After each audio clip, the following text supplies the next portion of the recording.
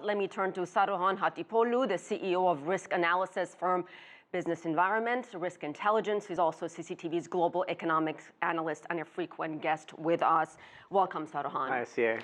So let's talk about the economic aspect of the story that Natalie was mentioning. How much did those trade sanctions imposed by Moscow and those suspended tours, Turkey's tourism industry really took a hit, not just because of what happened in terms of terrorism, but also because of what Russia did.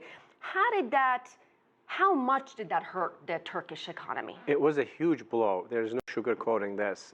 It didn't decrease, Asieh. It just ended. It was zero when President Putin said, no one is going to Turkey. We have these sanctions. Now, Turkey has a lot of economic problems. It has economic potential, but there are a lot of problems. And one of the problems is its current account deficit, which is reaching 5% of its GDP. So Turkey needs portfolio investment, which we call short-term money coming in, as well as foreign direct investment. But the coup kind of had a negative impact on investor perception. So Turkey is relying on tourism, relying on export revenue to come in and finance that current account deficit. And that, in the past 6 months to a year, was not there. Let's back up a little bit. Last year, Turkey and Russia were facing a deep, deep diplomatic crisis. Fast forward 8-9 months, they meet in St. Petersburg, of course, after that, the downing of that Russian warplane over Syria. Natalie alluded to what changed, but it seems like a huge turnaround here. It was a historic meeting today, absolutely. But I've seen this movie before. Last year I was in St. Petersburg for the International Economic Conference, and as opposed to being in a meeting in Brussels, Greek Prime Minister Tsipras showed up in St. Petersburg, and they had a similar meeting in the public, and Greece gave the message that maybe our future, Mr. Tsipras said, lies with Russia.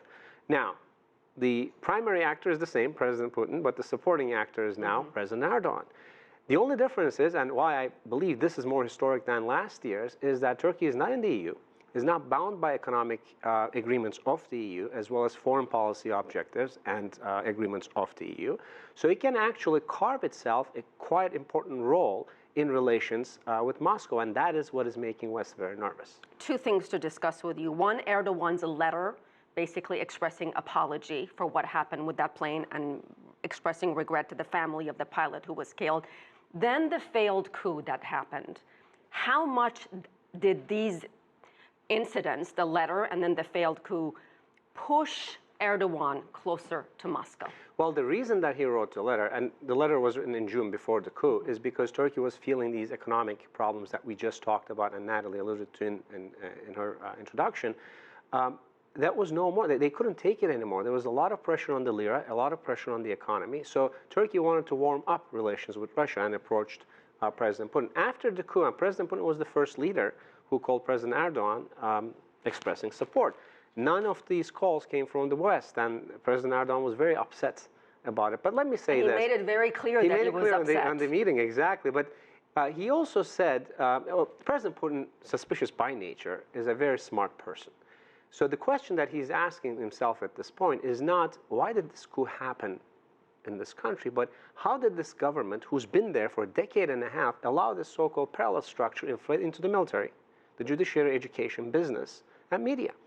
So he is going to be taking steps kind of carefully, keeping an eye on what is going on in Turkey. This is not by any means a done deal, but it's a big step towards improving relations. These two men see the situation in Syria very, very differently, especially when it comes to Assad's future.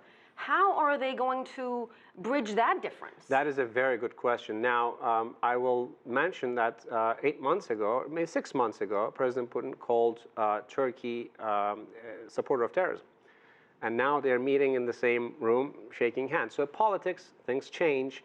I believe Mr. Erdogan is going to be a little less firm in his approach to Syria. That doesn't mean that Russia and Turkey will see eye to eye on this. It's not only about the ISIS situation or Assad situation, it's also PKK. Russia has known to support PKK militarily and financially in the past. So there could be a betterment of relations if Moscow says we're going to do something about that too. In the short term, I don't see much happening. That problem is not going away, It's not going away, but there are signs that it's actually softening, and maybe medium term we'll see a different approach by the two leaders. So many dynamics into play here. Saruhan Hatipoglu, thank you so much, Pleasure as to always. be here.